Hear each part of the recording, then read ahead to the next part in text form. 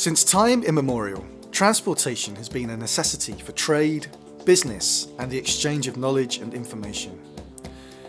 In the past, travelling across Europe on horseback or by horse-drawn carriage took a long time. The 19th century brought about comfort and speed as the age of the train began. The next century saw cars and aeroplanes prevailing in passenger and goods transportation. But the trains were not defeated. Like a phoenix rising from the ashes, the high-speed train has found its place in public transport, not only in Europe, but also the rest of the world, where it has established a new level of quality of service.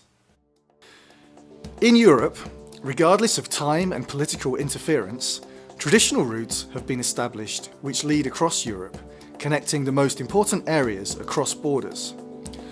The European Union calls them the 10T axes.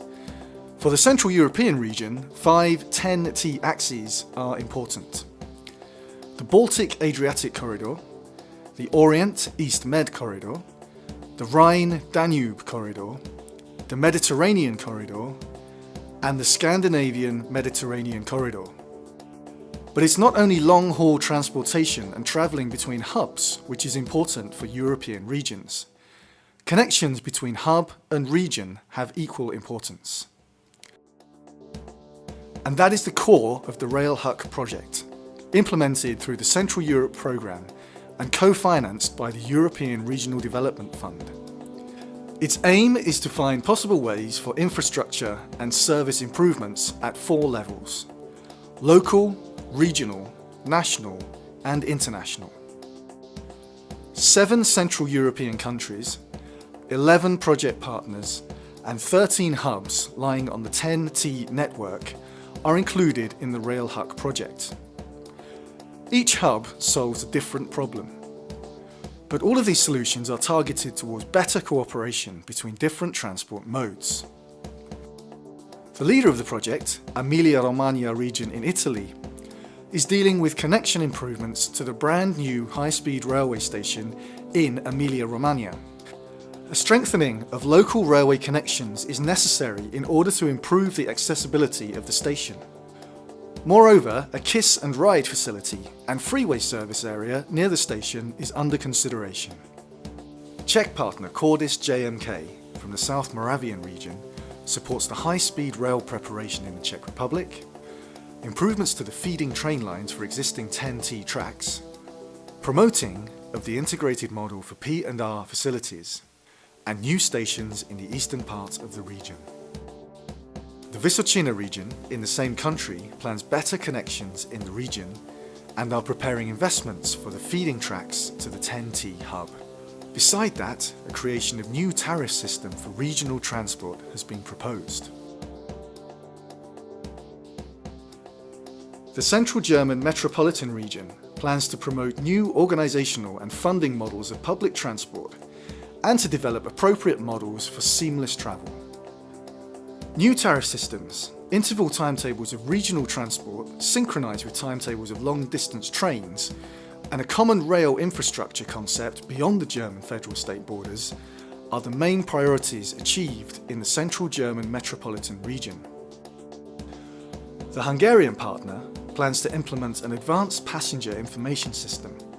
Based on more detailed information for passengers, the new harmonised traffic management system will be operated to improve interconnection among different transport modes and make integrated ticketing possible.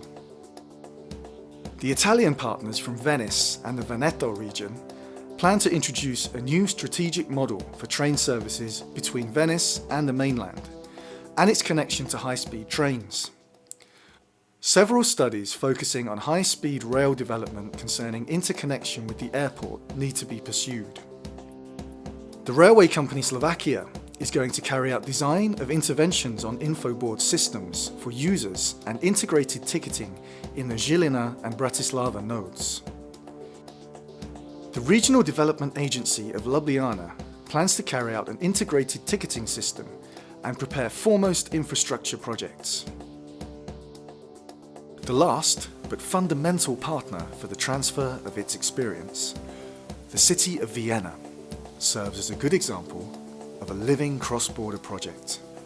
The new central station is a model for combining all transport modes.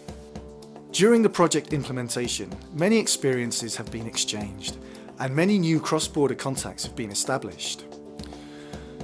For adequate project preparation and implementation, it is not only necessary to have proper plans, it's also always important to create a common understanding between all the key players in the specific area, and to have the opportunity to compare one's own intentions with experiences from other countries. The most important RAILHUC project results have more than 7 agreements between the key players in every area. They declare support for the specific projects and confirm their intention to continue in that way. All members of the RAILHUC project look forward for the realization of these plans, which make the distances between the European nations and countries even closer.